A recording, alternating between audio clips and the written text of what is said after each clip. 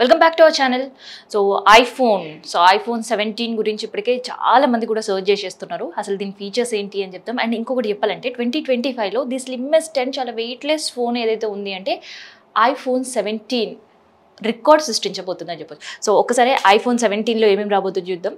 IPhone 17, iPhone 17 air, iPhone 17 pro, iPhone 17 pro max, iPhone 17 unique ఇది రాబోతుందన్నమాట. So ఒక్కసారి మనం చూద్దాం.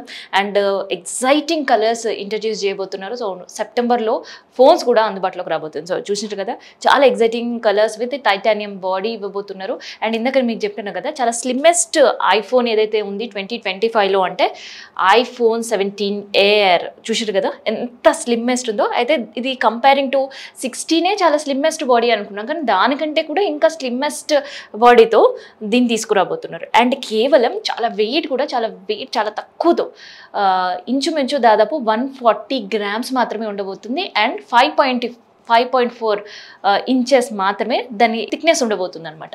సో అట్లా చాలా స్లిమ్మెస్ట్ ఫోన్ కూడా తీసుకురాబోతున్నాయి. అయితే ఒకసారి మనం 16, 17 ఎయిర్ చూస్తే ఇది చూడండి, ప్రో మ్యాక్స్కి సంబంధించిన థిక్నెస్ మనం చూసినాం. అండ్ ఇక్కడ ఐఫోన్ 17 ఎయిర్కి సంబంధించిన థిక్నెస్ ఓన్లీ 5.4 mm థిక్నెస్తో మాత్రమే ఫోన్ రాబోతుంది.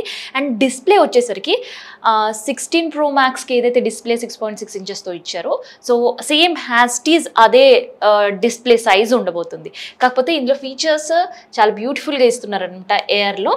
అండ్ కాస్ట్ కూడా మనం వచ్చేసి స్టార్టింగ్ ఐఫోన్ 17 మనకి 75,000 నుంచి స్టార్ట్ అయితే ఐఫోన్ 17 ప్రో మ్యాక్స్ యూనిక్స్ దగ్గరకు వచ్చేసరికి దాదాపు 1,35,000 నుంచి 40,000 వరకు కూడా ఉండబోతుంది.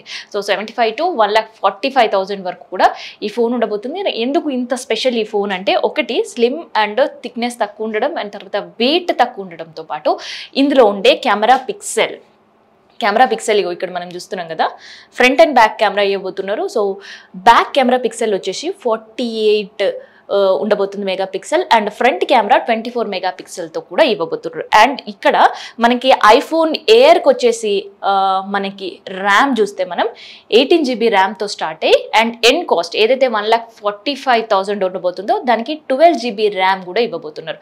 సో 8, 10, 12 అండ్ దాంతోపాటు at last the high cost పెట్టి ఎవరైతే తీసుకుంటున్నారో దానికి మాత్రం 12 GB ర్యామ్ ఇవ్వబోతున్నారు. అండ్ ఇక్కడ ఒక మైనస్ పాయింట్ ఒకటి మాత్రం ఉంది. అదేంటి తెలుసా? బ్యాటరీ.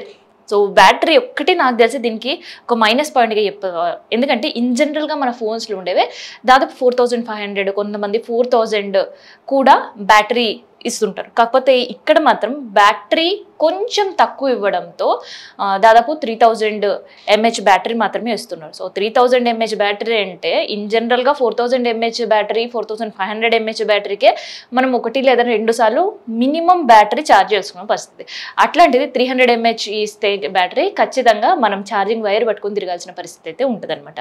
అండ్ మనకి ఇందులో కూడా ఎయిర్ ప్రో మ్యాక్స్ మాత్రం 4,500 mAh బ్యాటరీ అయితే ఇచ్చారు. సో దానికి ప్రాబ్లం లేదు. కానీ ఇక స్టార్టింగ్ బిగిన్లో ఏదైతే మనకు 75,000 నుంచి కాస్ట్ స్టార్ట్ అవుతుందో దానికి 3,000 అండ్ ఎయిర్ ఐఫోన్కి వచ్చేసి 300 ఇచ్చిండు. అయితే ఎయిర్ ప్రోకి వచ్చేసి మాత్రం 3,500 ఇచ్చిండు. అండ్ ప్రో మ్యాక్స్కి వచ్చేసి 4,500 అయితే ఇచ్చిండు. సో ఇక్కడ నాకు తెలిసి బ్యాటరీ ఒక్కటి మాత్రమే ఉండబోతుంది. సో ఐఫోన్స్ అంటే మ్యాక్సిమం కూడా ఇన్బిల్డ్ సిమ్మే ఇస్తారు కదా, సో దీనికి కూడా ఇన్బిల్డ్ స్మార్ట్ సిమ్మే ఇచ్చేసారు అనమాట.